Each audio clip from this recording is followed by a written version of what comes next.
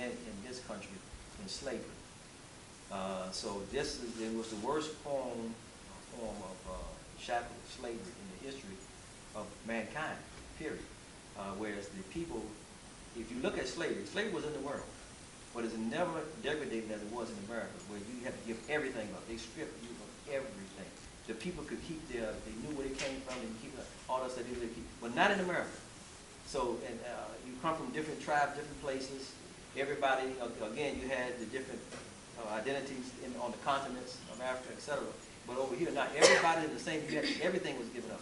You became really one in soul and spirit because that's all you had. So, trying to find ourselves, our role, we coming out of that condition. We look at Malcolm and Elijah Muhammad, and during that time, them both on the stage. We like to say that they were really two sides of the same coin.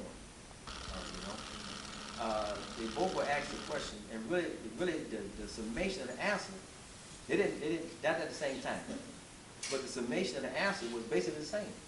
You know, why are they doing things that they're doing? You know, and the baseline was because our people are being mistreated and they can't have what the white man has. You know, the same thing.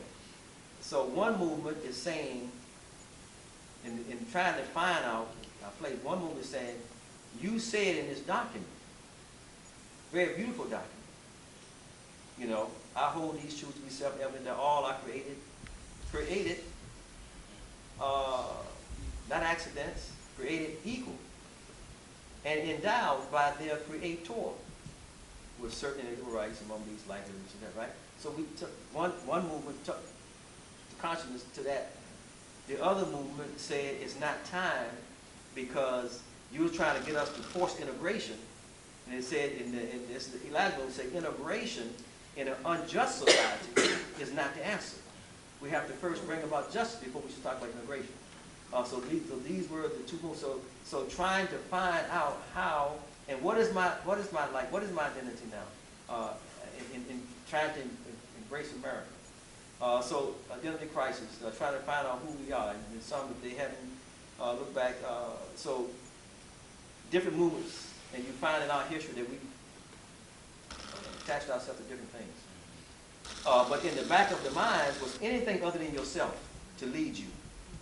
You know, because that was the circumstances. We couldn't lead ourselves. So anything that presented themselves as a superior, then you will try to attach onto that. So what happened with some Muslims, not all, but this is a problem that we are having today with American Muslims. Some actually, because they think that it's more superior to look like an Arab, because the Prophet was an Arab, although he put no emphasis on that.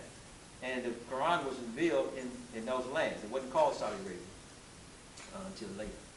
But those lands, so they think that being able to speak like an Arab, to look like an Arab, sound like an Arab, those kind of things, that's a better identity. And so they put an Arab head on an African American body. And of course it comes out and it obviously, you know, it gets on other things, it causes a lot of problems. And this extreme element kicks in now because you've already separated yourself from your life. And that's the thing that we find happening when you talk about this identity. This time we're going to open it up to